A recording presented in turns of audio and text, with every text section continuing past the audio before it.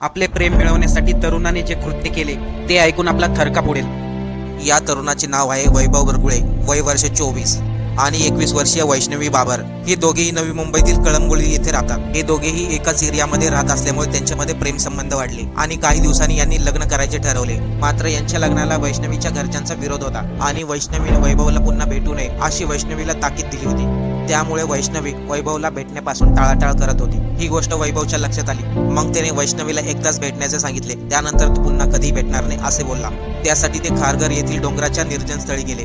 वैष्णवी समोर वैभव 2 मिनिटं रडला आणि म्हटला, पिल्लू 2 मिनिटं त्रास होईल, प्लीज सहन कर, आपण पुढच्या जन्मात पुन्हा भेटू. एवढे बोलून त्याने वैष्णवीची गाळात दाबून हत्या केली. त्याच दिवशी वैभवनी सायंकाळी जोहीनगर रेल्वे स्थानकाजवळ रेल्वे समोर उडी घेऊन स्वतःचे जीवन संपवले.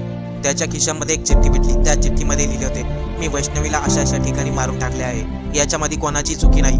मीच माझ्या पिल्लूला संपवले आणि मी स्वतःचे जीवन